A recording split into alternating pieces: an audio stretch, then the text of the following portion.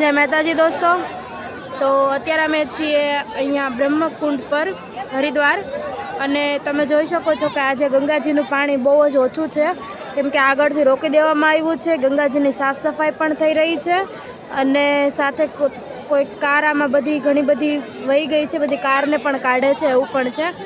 पण हूँ तमने एक वात कहेवा मांगु छुं आ विडियोना माध्यमथी। तमे जोई शको छो कि अहींया बधा आपणी पवित्र नदी, हिंदू धर्मनी सौथी मोटामां मोटी अने पवित्र नदी जे होय तो ई छे आपणा गंगा मैया।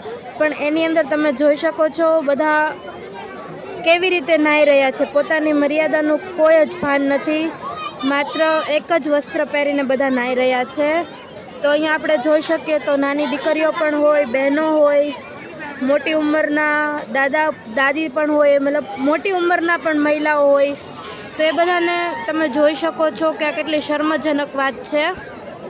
तो गंगाजीमां आवो पण तमे आवी रीतना साव आटला ज कपड़ा पहेरीने ना नाव। तमे जोई शको छो, जो आमां साथे मतलब कोई पण नानी दीकरी नाती होय तो आवी रीतना तमे साव अर्धनग्न तरीके नाव, ए ना सारूं लागे। आपणी मर्यादा ना कहेवाय आपणा सनातननी।